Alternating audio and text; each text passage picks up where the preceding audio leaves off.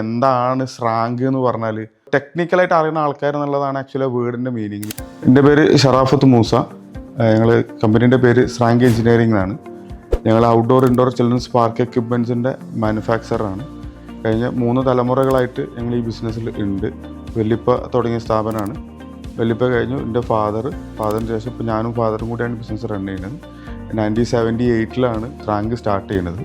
ടെക്നിക്കലായിട്ട് അറിയുന്ന ആൾക്കാരെന്നുള്ളതാണ് ആക്ച്വലി ആ വേർഡിൻ്റെ മീനിങ്. പേര് കേൾക്കുമ്പോൾ പലരും ചോദിക്കലുണ്ട്, എന്താണ് സ്രാങ്ക് എന്ന് പറഞ്ഞാൽ ഒരു ഡിഫറൻ്റ് ആയിട്ടുള്ളൊരു പേരാണല്ലോ, എന്താണ് ആ പേരിൻ്റെ പിന്നിൽ വെച്ചാൽ അത് ഇപ്പം കപ്പലിലെ ക്യാപ്റ്റൻ എന്നൊക്കെ പറഞ്ഞ പോലെ ബോട്ടിൻ്റെ ടെക്നിക്കലായിട്ടുള്ള നിയന്ത്രിക്കണ ആൾ എന്നുള്ള രീതിയിലാണ് സ്രാങ്കിന് ആ ഒരു പേര് വന്നത്. നമ്മൾ 100% ടെക്നിക്കൽ, നമ്മളെല്ലാ പ്രോഡക്റ്റുകളും ഇൻഹൗസ് മാനുഫാക്ചർ ചെയ്യണം. ഞാൻ എൻ്റെ കസ്റ്റമേഴ്സിനോട് പറയൽ തന്നെ 100% മെയ്ഡ് ഇൻ കൊണ്ടോട്ടി പ്രോഡക്റ്റ് എന്ന് പറഞ്ഞിട്ടാണ് ഞാൻ അതിനെ പ്രസൻറ്റ് ചെയ്യൽ തന്നെ. കാരണം ഫ്രം ദി സ്ക്രാച്ച് നമ്മളെ കമ്പനീൻ്റെ ഉള്ളിലാണ് ഉണ്ടാക്കുന്നത്, ഇൻക്ലൂഡിങ് ഫൈബർ.